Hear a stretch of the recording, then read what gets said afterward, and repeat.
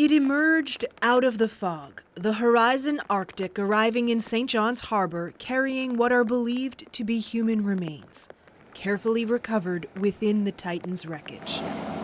Piece by twisted piece of the sub hoisted off the ship, the sub's nose among the remains, all found on the ocean floor 500 meters off the bow of the Titanic by this remotely operated vehicle. This is very critical to have a submersible parts. This former Transportation Safety Board investigator says teams will likely now try to put the sub back together, just as they do after airplane crashes. They would put the piece in a large hangar and put them in areas where they believe are how the parts were when they were all in one form. When it looked like this, taking tourists to see the Titanic wreck at a cost of up to $250,000. Its creator is now among the 5 people presumed dead. You know, I've broken some rules to make this.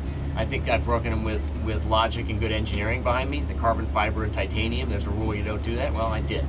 Those materials will now be a part of the investigation. You had the 2 titanium end caps, which have been retrieved, but then you had that carbon fiber mid-body, which under pressure in depth is not going to contract and bend like metal. It's actually going to shatter. Where the pieces landed will also be telling. One of the things they're trying to ascertain is when in the descent did the implosion take place.